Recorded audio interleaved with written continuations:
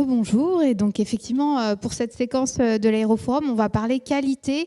Aujourd'hui, la filière aéronautique française s'est engagée dans un véritable marathon pour répondre aux cadences XXL, notamment d'Airbus. Les industriels l'ont recruté en masse et doivent maintenant faire monter en compétences les nouveaux embauchés sans faire baisser la qualité des avions et ne pas connaître les déboires rencontrés depuis le début de l'année par Boeing.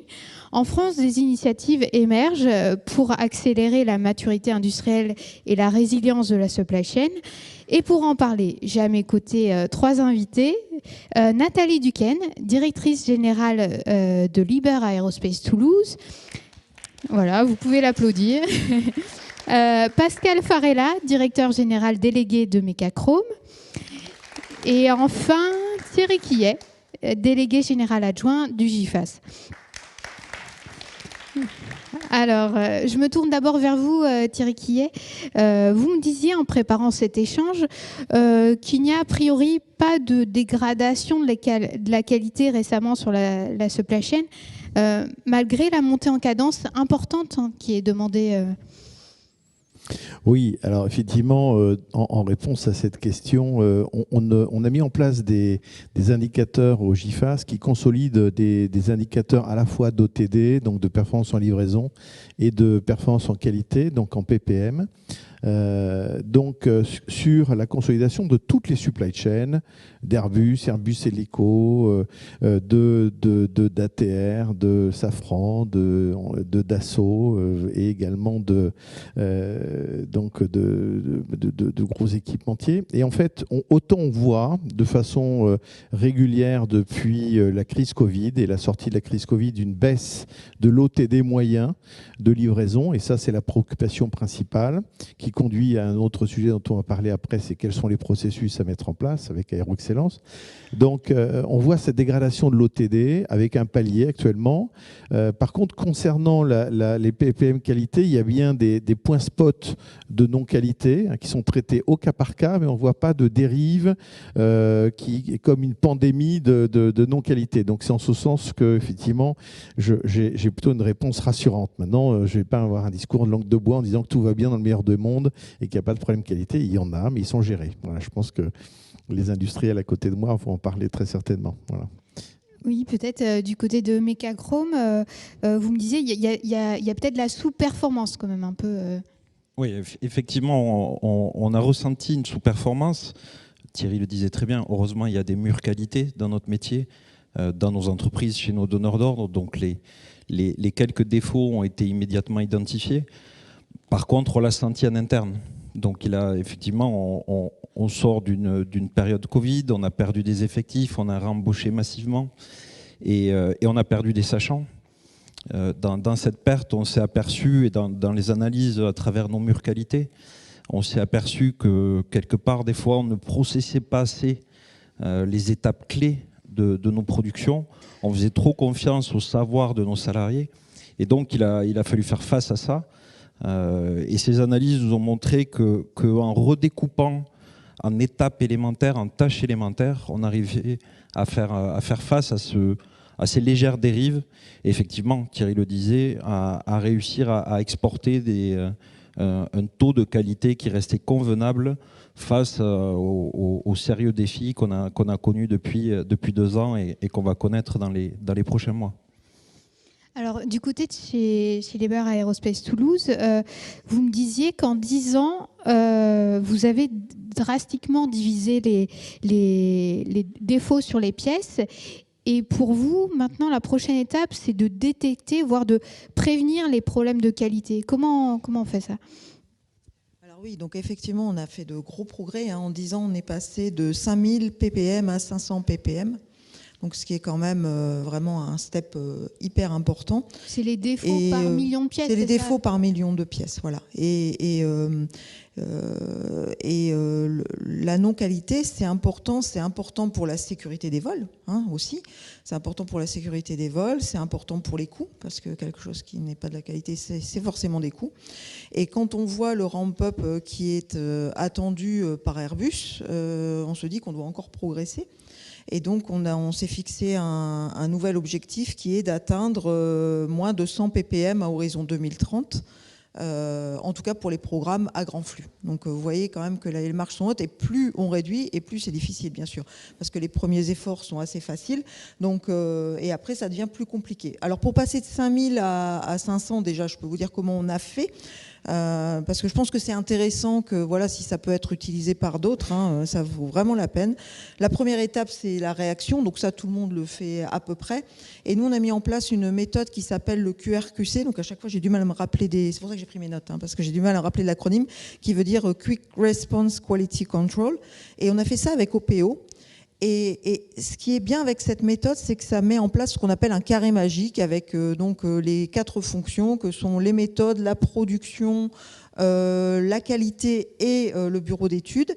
Et grâce à ces rituels, tous les matins, voilà, donc il y a vraiment des rituels qu'il faut maintenir dans le temps, mais c'est vraiment ça qui nous a permis de casser les silos. Aussi, on parlait de méconnaissance parfois quand on a des nouveaux embauchés, etc. Ça permet de diffuser la connaissance, de savoir à quoi les produits sont utilisés, et donc ça permet vraiment une prise de conscience qui permet beaucoup de progresser. Après, on a mis en place des CPS-CS pour les problèmes un peu plus complexes, complexe problem solving. Et puis on s'est amélioré, donc ça c'était l'étape 2, et on fait beaucoup j'ai plus le mot, quand on fait des lessons learned et qu'on intègre ça dans nos processus. Enfin voilà, on essaye de faire de la capitalisation, ça y est, j'ai retrouvé le mot en français. Et puis effectivement, maintenant on prévient et on anticipe. Et ça, c'est la prochaine étape qu'on va tous devoir préparer. Donc nous, ça y est, ça commence. C'est vraiment d'identifier les paramètres clés à la fois dans le côté design et dans le côté production qu'il va falloir surveiller. Et c'est vraiment ça qui va nous permettre de passer l'étape suivante, à la fois donc sur le process, sur les processus et le design. En parallèle, on a mis en place un nouvel MES pour l'exécution un peu plus moderne. On travaille aussi sur la gestion par la donnée. On a parlé tout à l'heure beaucoup d'IA. On peut faire de l'IA que si on a de la donnée. D'accord, l'IA sans la donnée, c'est beaucoup plus compliqué. Alors, rien qui arrive un peu avec le texte, mais c'est quand même beaucoup plus compliqué. Et donc, je pense qu'aussi dans nos entreprises, on a une transformation à faire. Alors, on peut l'appeler transformation digitale ou transformation de la donnée, mais c'est de passer, on a une entreprise où on a énormément de documents. Et donc, l'idée, c'est de passer de documents centrés à data centrés. Et nos prochains PLM, qui sont en construction, ils doivent être centrés autour de la data. Et ça, ce sera hyper important. Et dans ça, c'est ça qui nous permettra de développer aussi ce qu'on appelle le Model Based Enterprise, qui nous permettra d'avoir la même donnée de la conception jusqu'à la production et la maintenance. Et ça, c'est hyper important. Alors là, vous nous avez donné une piste un peu pour améliorer encore plus la qualité. Et donc, du côté du GIFAS, il y a le dispositif Aéroexcellence qui a été lancé. Thierry Quillet, il s'agit en fait finalement de simplifier l'évaluation des pièces produites. Alors, juste avant de répondre à la question, je vais rebondir, parce que je ne savais pas que tu allais parler de QRQC. Avant d'être au GIFAS, j'étais dirigeant d'entreprise et j'étais un grand fan de QRQC. Et on l'avait mis en place sous l'impulsion de Safran. Et c'est effectivement un outil qui permet de passer du seuil des milliers de ppm aux centaines de ppm. C'est vrai que ça peut être inspirant pour des personnes qui sont dans la salle. Et c'est un outil qui est absolument redoutable. C'est une contrainte, mais ça permet effectivement de vraiment remettre en cause quelquefois les standard works et d'éviter de faire des modifications, de parler, d'aller voir sur le terrain, etc. C'est extrêmement efficace. Pour revenir sur Aéroexcellence, alors effectivement, tout à l'heure j'évoquais le fait qu'on a constaté une baisse de l'OTD de façon graduelle depuis 2020. Et ça conduit quand même à une inquiétude dans le cadre du comité industriel et dans le conseil du GIFAS. Et donc, tout le monde s'est dit il faut absolument proposer quelque chose à la filière de façon à ce qu'on ne soit pas simplement observateur de cette dérive. Et ça a permis d'amener à réfléchir en alignement de tous les spécialistes des donneurs d'ordre, donc d'Airbus, de Safran, de Thales, de Dassault, de Liebherr, de Daher. Il y a vraiment un travail extraordinaire, je tiens à le souligner, qui a été fait par tous les acteurs de la filière, de façon à penser un système alors qui s'inspire de ce qui se fait ailleurs aussi. On voit des choses similaires dans les operating systems, Porsche, Toyota, etc., dans l'automobile, mais en visant à faire monter en maturité l'ensemble de l'écosystème sur 3 piliers. Un pilier, on en a parlé tout à l'heure, donc sur la cybersécurité. Et là, en s'appuyant sur l'excellente démarche portée par Boost Aerospace et qui est sponsorisée par tous les donneurs d'ordre qui est AirCyber. Même si j'en conviens dans ce qui a été dit, le mettre dans les exigences contractuelles, ça ne résout pas tout, mais il faut quand même être convaincu que ce n'est pas une option. Voilà. Donc je pense que la maîtrise du risque cyber est une nécessité et avoir un niveau minimum bronze, c'est un consensus. Alors et je pense on va avoir cette généralisation de l'exigence. Donc un pilier cyber, un pilier sur l'excellence opérationnelle, notamment qui s'appuie sur les briques de gestion de la demande et d'équilibrage avec la gestion des capacités de production, donc ce qu'on appelle SNOP en anglais et puis PIC PDP en français. Et là, il faut avoir une approche systémique pour s'obliger à avoir une exigence donc d'excellence dans la gestion de ces processus et dans la gestion et dans le pilotage de ces capacités de production pour avoir une démarche lissée, éviter les à-coups. J'aimais beaucoup tout à l'heure la nécessité de développer la culture du risque. Effectivement, il faut qu'on puisse développer la culture de l'excellence et toute cette démarche d'aéro-excellence porte cette exigence-là de développer une culture d'excellence. Et le troisième pilier est plus sur la partie risque environnemental, sécurité.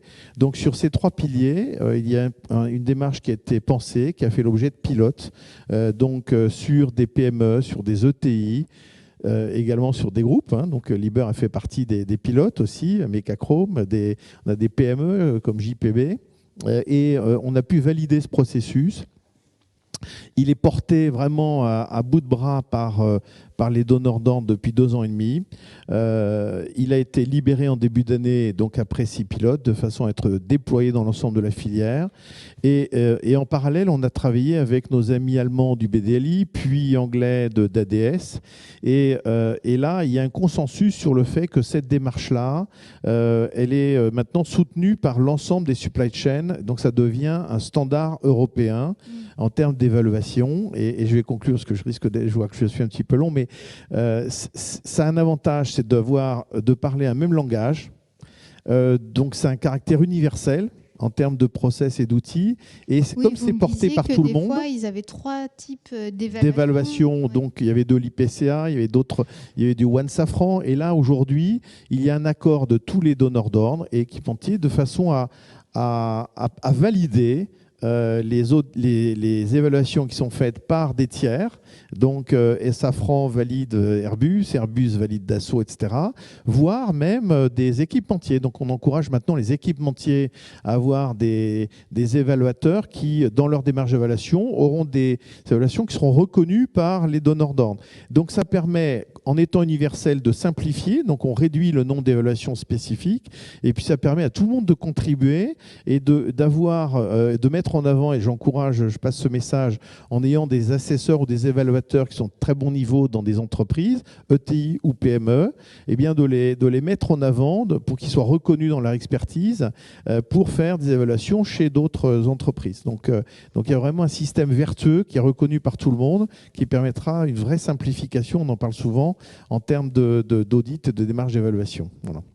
Alors du coup, on va entrer dans le concret parce que votre usine de Montauban, Pascal Farella, est la première à avoir été certifiée bronze dans le cadre d'Aéro-Excellence. Alors, oui. Qu'est-ce que vous avez changé dans l'usine et quels résultats vous avez obtenus en termes de qualité et de retard de production? Alors, déjà dans Mecachrome, on a 24 usines. Donc déjà, ça a été une prise de conscience au niveau de la direction du groupe qu'il fallait faire quelque chose. Et on a vu Aéro-Excellence comme une opportunité. Thierry le disait, alors il parlait de 3 types d'audits différents. Je dirais plutôt 4-5 audits venant de nos clients. Et ce qu'on a trouvé très pertinent, c'est la capacité d'analyser la maîtrise de l'excellence et vraiment de voir si on arrive à capitaliser dans un site sur cette culture de l'excellence. Donc on a utilisé on a souhaité passer cet audit sur le site de Montauban. Déjà, il y a eu une très bonne prise en charge de la part de nos équipes. On a formé en parallèle de ça 4 auditeurs. Donc aujourd'hui, Mecachrome, nous bénéficions de 4 auditeurs Aéro-Excellence. Et en plus, en parallèle, on a fait 6 auto-évaluations dans nos sites français. Donc, ce qui nous a permis vraiment de bien appréhender Aéro-Excellence. Et en même temps, nous avons nos propres références. On appelle ça le Mecachrome Operating System. Et on a mis à jour notre operating system par rapport aux références d'Aéro-Excellence.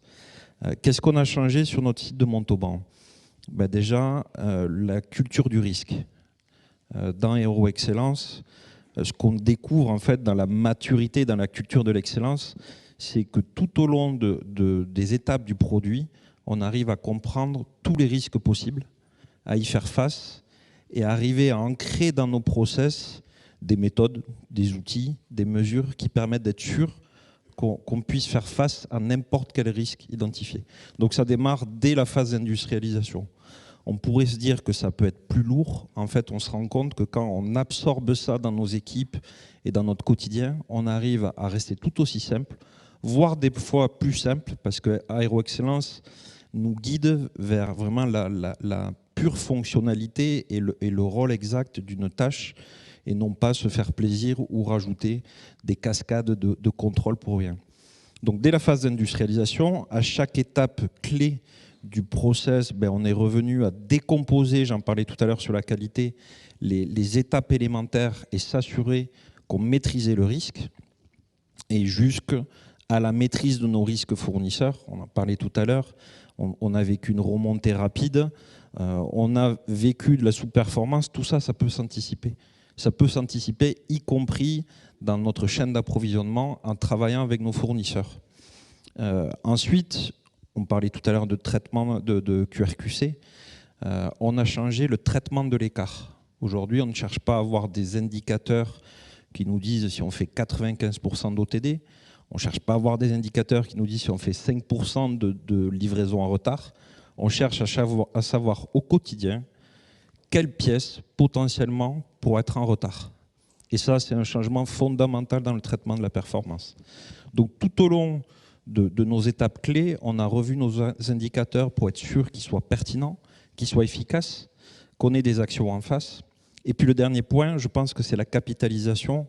On l'a vu avec nos auditeurs, ils cherchent à comprendre d'une part si on a assimilé la culture, mais également si on a capitalisé dessus pour pouvoir la transmettre et s'assurer que sur d'autres aspects, on est couvert, on est sécurisé tous ces points. À la fin, on était sur un site qui était déjà assez performant. On a quand même divisé par 3 le nombre de ppm internes. Donc on est passé de 2500 pièces détectées en fin de process non conformes à 800. Et on est passé de non-qualité de 300 ppm exportés à nos clients à 100, ce qui est vraiment extrêmement faible. Sur la partie OTD, on a gagné à peu près 5%. On était déjà sur un site performant, mais sur un site très exposé aux aciers, aux métaux durs, qui en ce moment sont compliqués à approvisionner. Et donc, on a vu que toutes ces analyses de risque ont permis d'anticiper des ruptures, de mieux collaborer avec nos clients. Donc, même si on était sur un site qui était assez performant, on est venu gagner encore 4,5 points, 5 points. Et puis, un des aspects, des fois on le néglige dans la mesure de la performance, c'est qu'on a divisé quasiment nos cycles par 2 en 1 an et demi. Ce qui est incroyable dans une phase de ramp-up où on a un appel de cash, où on a des secousses, où on a des décalages de cadence qui génèrent un peu trop de surstock. Donc les résultats ont été assez impressionnants. On est en phase d'audit cette semaine sur un deuxième site et on prévoit d'avoir 4 sites audités l'année prochaine. Alors, de votre côté...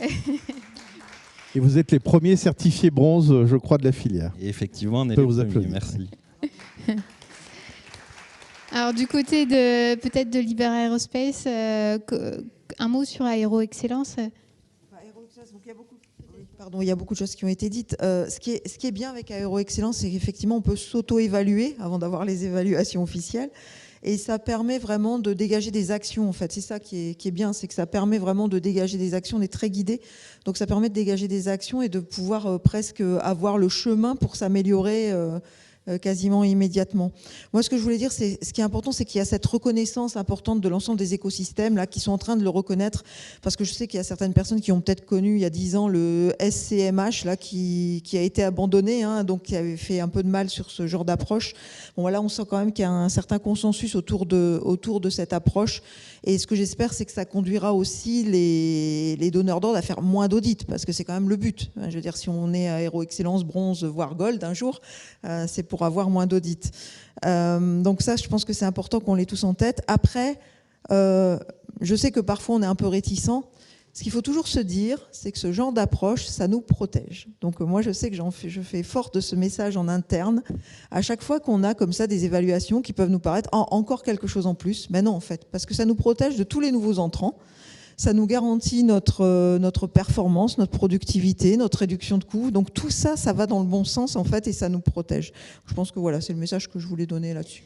Et donc vous êtes aussi au CORAC, et donc tout ce qui est en train d'être mis en place, ça pourrait aussi faciliter la montée en cadence sur le successeur de l'A320. Alors oui, alors ce qu'il faut savoir, c'est que ça aussi, c'est un message qu'on essaye un peu de partager beaucoup, hein, surtout au niveau du GEAD, là, le groupement des équipementiers, parce que je suis au CORAC au titre du GEAD, hein, je représente le GEAD au CORAC. Et vraiment, le message, c'est de dire, pour le prochain single aisle, la techno, le produit seul, ça ne suffira pas. Ça ne suffira pas, il y aura beaucoup plus de critères que ça. Et donc ça, c'est vraiment important que tout le monde en prenne conscience. Les produits, ils ne devront pas seulement être à TRL6, ils devront vraiment être matures. Et matures dans le sens, pas seulement TRL, MRL, supply chain qui sera identifié, qui sera prête à produire au bon niveau de cadence, etc. Parce qu'on parle d'aller en quelques années à des quantités de 100 par mois. Donc ça, il faut vraiment que ça se prépare en avance de phase, ce n'est pas uniquement le produit. Il faudra aussi préparer toutes les surfaces de production, les systèmes de production. Donc ça aussi, et ça, il faudra sans doute investir avant même d'être sélectionné, ou en tout cas avoir les plans, parce qu'en fait, il faudra être prêt à dégainer du moment où on sera sélectionné.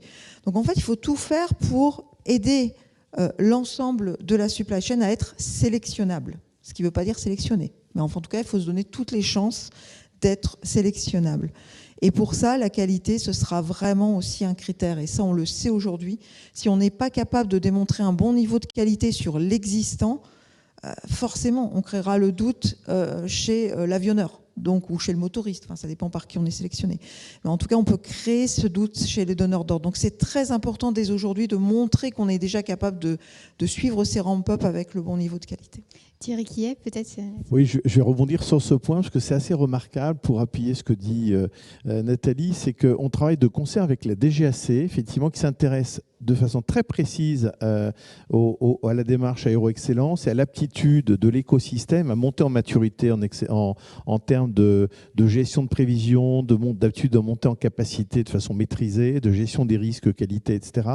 Parce que là-dessus, le consensus, c'est que ceux qui seront effectivement capables de switcher directement sur des cadences sur des nouvelles technologies ne seront que ceux qui seront capables d'avoir ce niveau de maturité industrielle. Donc, je ne sais pas quel sera le niveau requis à ce moment-là. Est-ce que ce sera bronze ou argent? Mais effectivement, il y aura très probablement un consensus sur un niveau minimum à un moment pour pouvoir être éligible donc à être fournisseur. Et c'est regarder très, très en amont, dès le début, sur les analyses CORAC, dans les éligibilités des PME, des ETI pour être awardés sur des projets. Voilà. Donc, c'est quand même extrêmement important. Alors, je tiens à signaler un point, que tu l'évoquais tout à l'heure. Le Aéro-Excellence, c'est bon pour la compétitivité, parce que quand on parle d'optimisation de stock, réduction de cycle, c'est bon pour la compétitivité, c'est bon pour la maîtrise des risques. C'est bon pour une meilleure gestion de prévision parce que là, on a des process solides. Et aujourd'hui, on ne l'a pas dit, mais on est quand même dans la galère depuis 3 ans. Outre l'OTD qui diminue, il y a des manquants qui sont quand même importants partout dans la filière. C'est un vrai cauchemar et je l'ai vu dans un certain nombre de cas pour des donneurs d'ordre, des avionneurs, des intégrateurs, de gérer tous les travaux restants effectués ou, dans le langage Airbus, les outstanding work.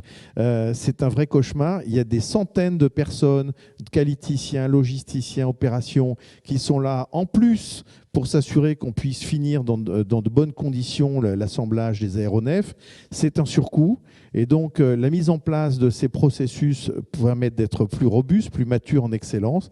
Et ça permettra d'éviter ce genre de fonctionnement en mode pompier qui, malheureusement, s'est imposé par un mauvais équilibrage, montée en capacité et gestion de la demande qui est très forte pour l'aéro, et on peut s'en réjouir.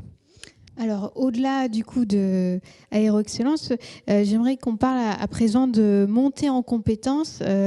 La filière a dû recruter massivement depuis le sortir du Covid.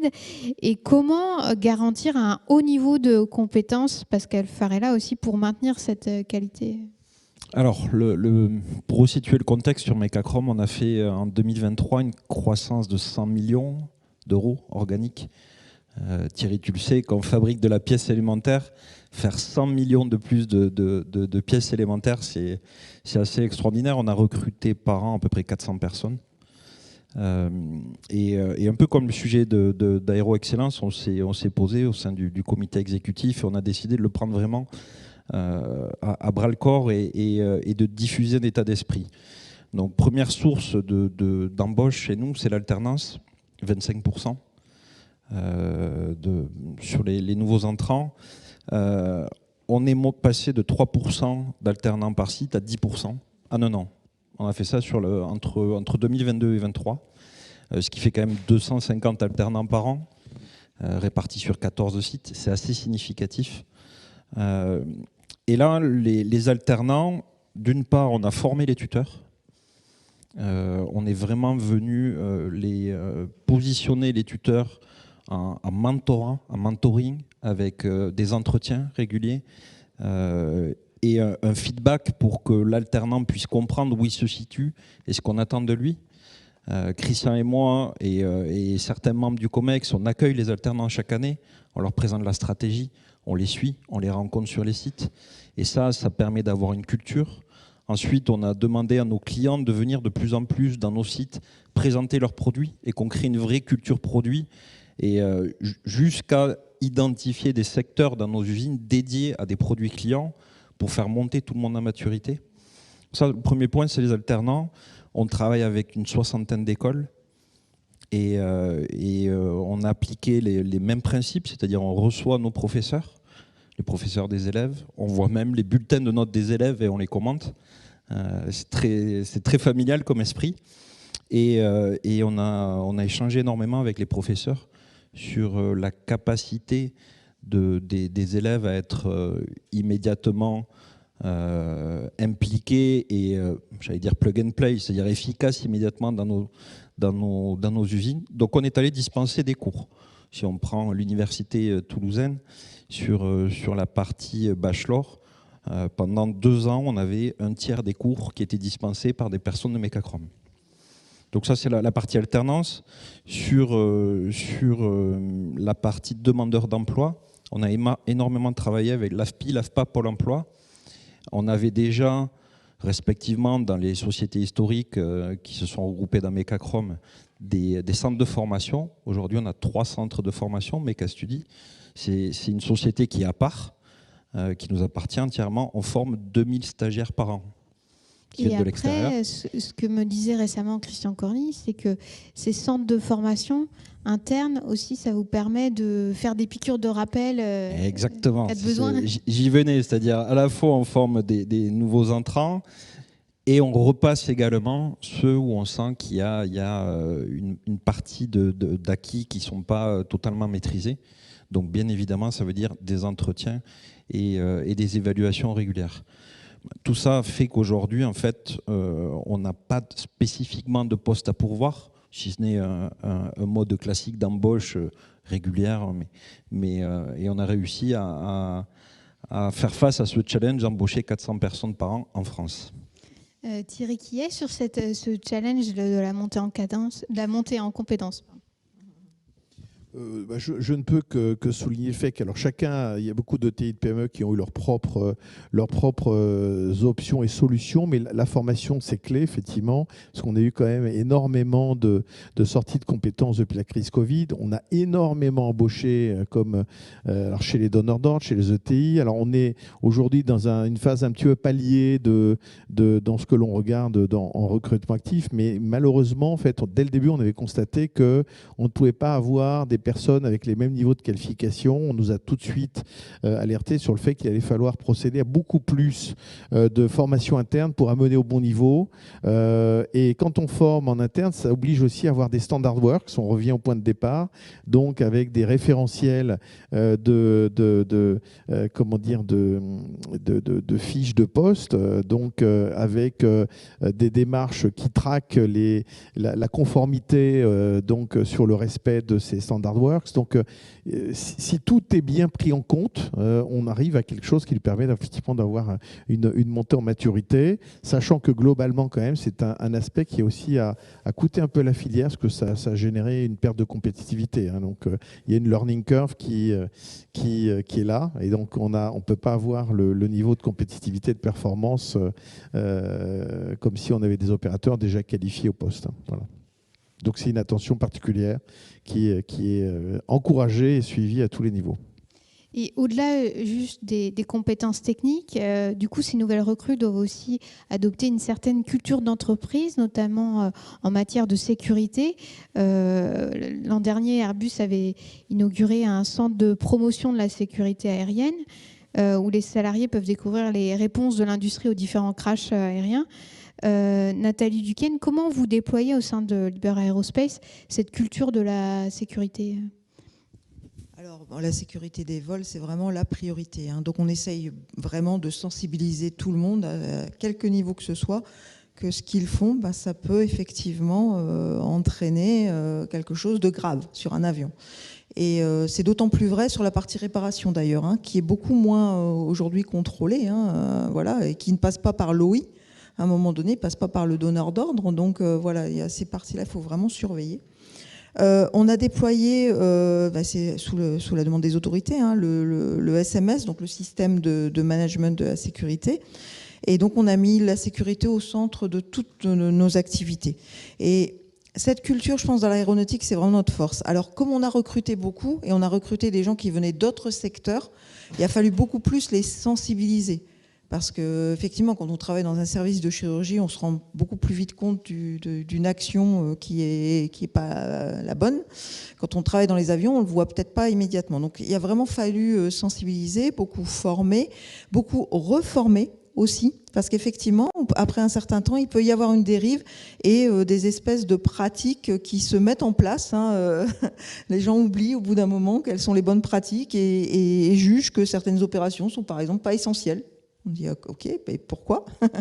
Donc on a voulu aussi encourager une culture qui soit pas. Alors on est intransigeant sur certains comportements, ça comme tout le monde, je suppose. Voilà, il y a des choses qui sont pas autorisées dans notre entreprise, voilà, l'alcoolisme ou voilà. Mais après, au-delà de ça, on comprend que l'erreur est humaine, d'accord? Donc on est parti sur une culture qui est non punitive et qui plutôt encourage la remontée de terrain. On demande aussi beaucoup plus d'écoute aussi de cette remontée de terrain. C'est pas juste, voilà, il me saoule à me faire remonter ce truc-là. Non, c'est s'il y a cette remontée, c'est que probablement il y a quelque chose à régler. Donc d'être beaucoup plus à l'écoute des remontées de terrain, de faire attention aux process quand ils sont pas adaptés. Et puis on a mis en place aussi un site où on peut signaler ce qui marche pas de façon totalement anonyme. Donc ça c'est quand même sympa parce que ça permet aussi d'avoir des remontées qui permettent de pouvoir réagir. Voilà. Peut-être là-dessus une réaction là-dessus, effectivement, c'est un encouragement. Alors c'est la démarche et les formations, sensibilisation au SMS, c'est vraiment porté par la commission qualité au GIFAS, donc avec des partages en retour d'expérience sur le risque induit, donc et c'est fait en partage également en collaboration avec l'OSAC pour qu'il y ait une cohérence avec les certifications en termes de navigabilité. Donc là encore, il s'agit d'une démarche globale filière pour encourager, c'est nouveau, parce qu'avant on en parlait un petit peu quand même sur du MRO, mais là maintenant c'est aussi jusqu'à la première monte, hein, comme tu l'évoquais, de façon à ce qu'il y ait cette sensibilité au risque. On revient sur le développement de la culture du risque, qualité, de l'excellence. Donc là, ça prend en compte la dimension safety et ça permet d'être encore plus concret dans la gestion du risque de non-qualité, de dérive et d'impact d'une non-qualité.